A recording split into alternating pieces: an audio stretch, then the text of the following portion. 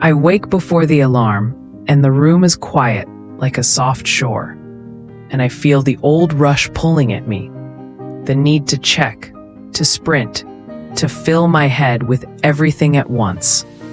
Then I hear it, not loud, not far, just near enough to touch. "Breathe with me," the voice says. And I know an angel is close. I place one hand on my heart and one on my belly, because the angel asks me to do it like that. Simple and slow. Inhale as if the morning is gold, and you are allowed to keep it. The angel whispers, "Hold the gold. Let it out like a river that knows its way home." I do it once, twice, again, and something tight inside me loosens and looks around. "You are safe," the angel says. "You are here. This is how you protect your mind." You start with a promise that the world is not on fire. Light peeks through the curtains, and another angel drifts in like warmth itself. "Open the window a little," they say. "Let the day see your face first." I stand there. I do not pick up my phone. I just look at the sky and let the light right on my forehead. The angel smiles in a way that I can feel more than see. When you greet light, light steadies your thoughts, they tell me, and it feels like the truth. And I do not argue with truth when it comes dressed this soft. I go to the kitchen and fill a glass with water. The angel at my side has hands like home. "Sip," they say. "Let the water move through you like a gentle bell. And say thank you between sips." So I do.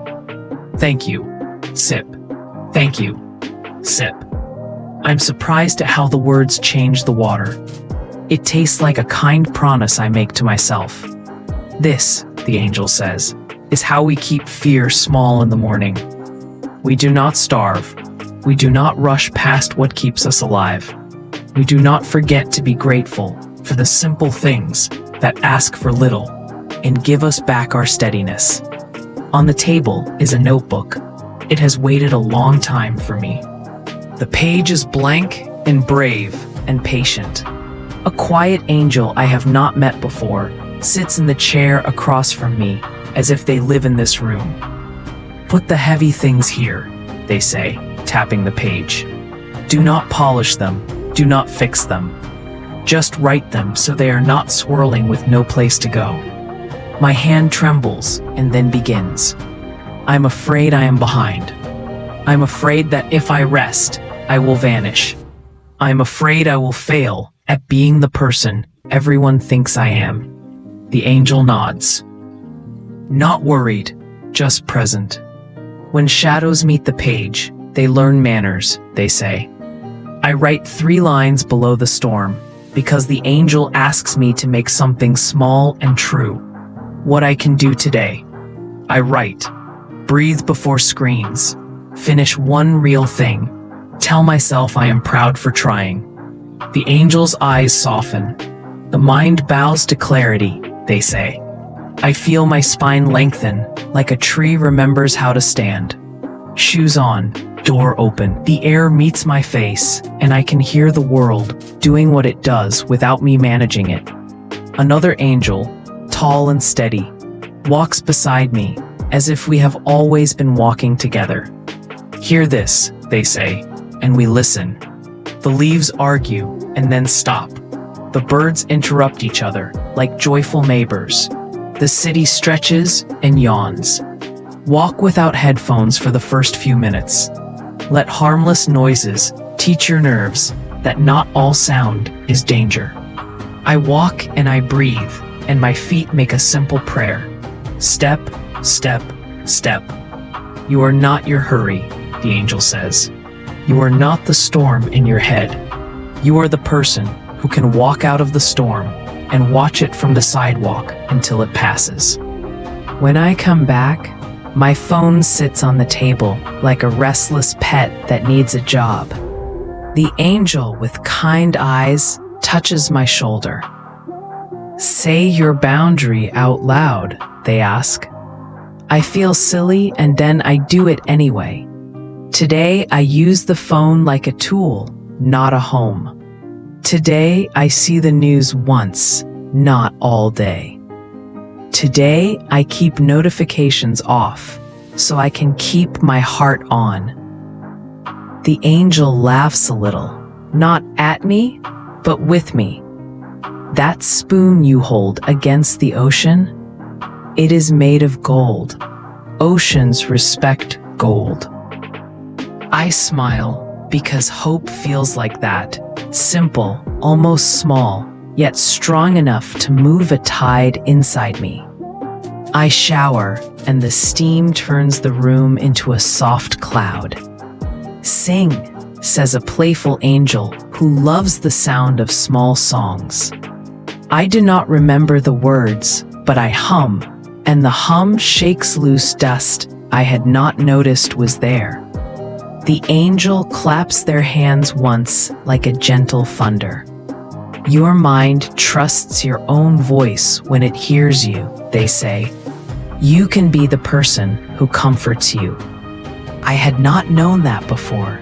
Now I begin to believe it, the way you believe warm water when it touches your skin. At my desk, another angel arrives with the focus of a sunrise. One thing, they insist, smiling.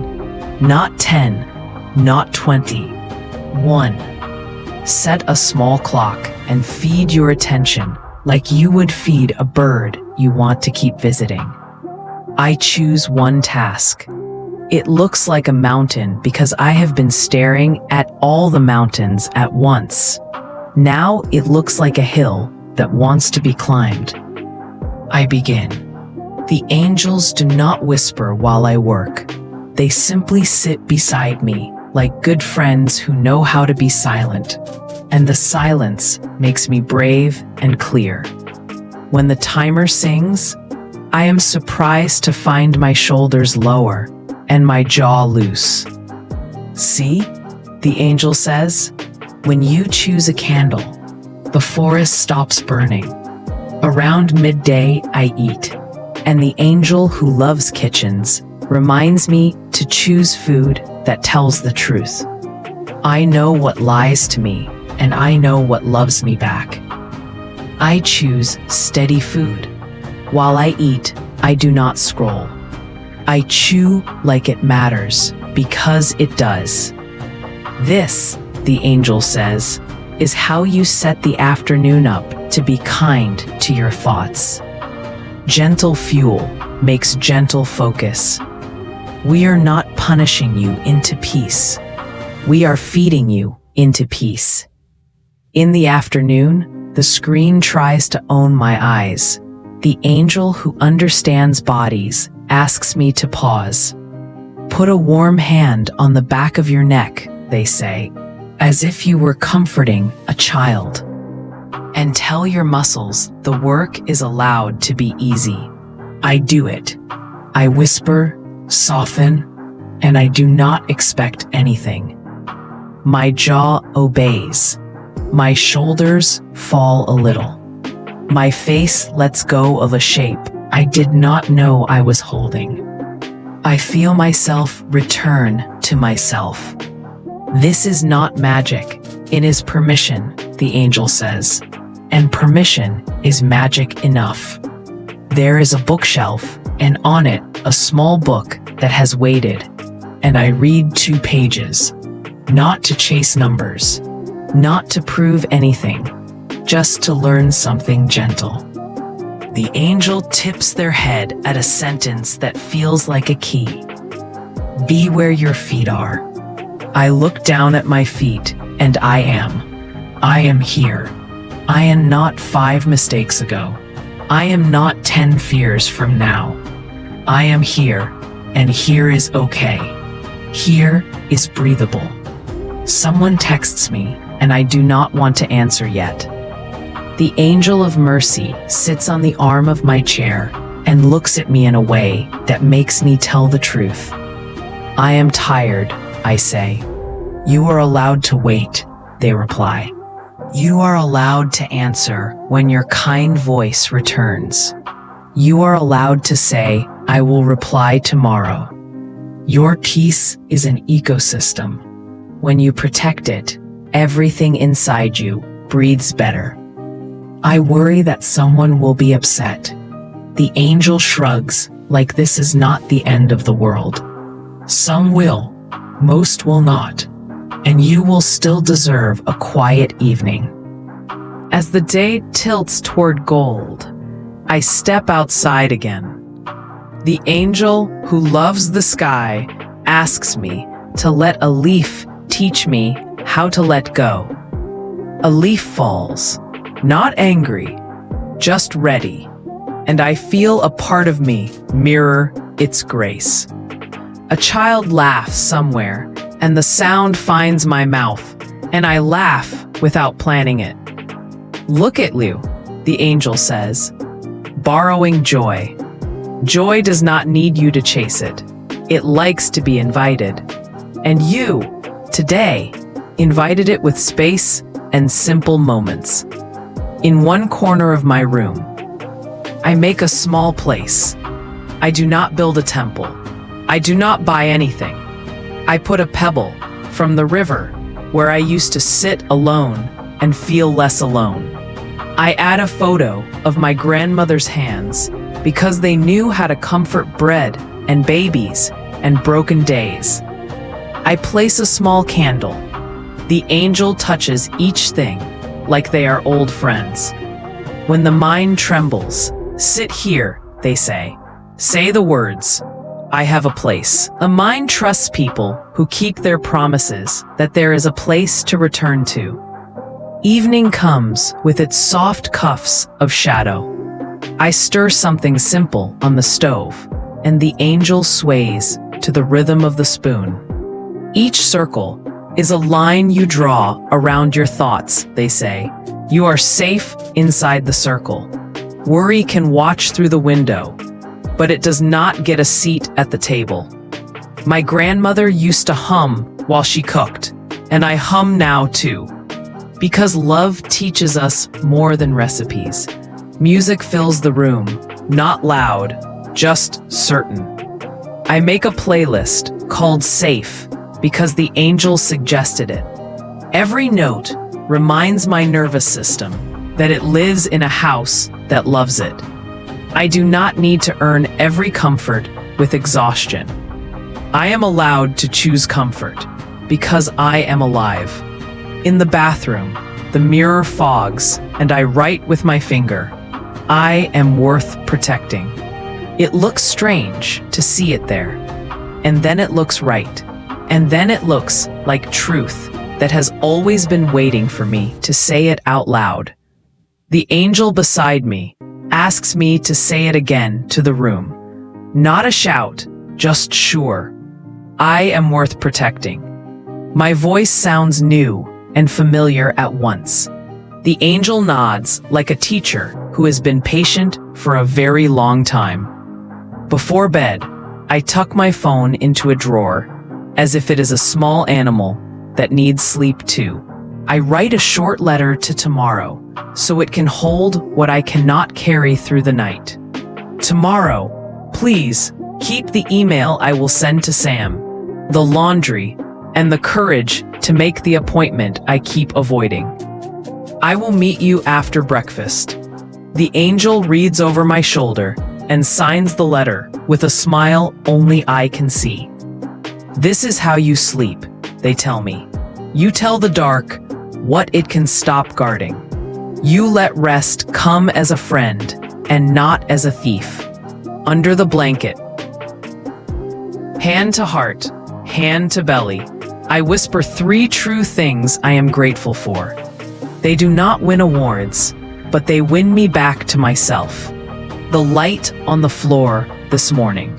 The way my shoulders lowered when I breathed on purpose. The message from a friend who used my name like it was a blessing and not a burden. The angel calls these small stones and says that small stones make a strong path. There are days I forget all of this. There are days the phone wins, and the morning runs, and the list eats the hours, and panic tries on my body like a jacket too tight for anyone to wear. On those days, another angel arrives in a breath, without judgment, all steadiness. There are no rules to fail, they say. Only doors to reopen. Begin again now. We do a rescue ritual. Look for 3 blue things. Put both feet flat. Sip air through an invisible straw. Say my name and the date, like I am returning from a trip, and the person at the desk needs to see my ID. I do it. I feel silly. Then I feel here. Then I feel okay. Not perfect. Okay.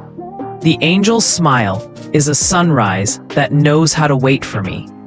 Journeys back do not shame you, they say. Journeys back teach you the road.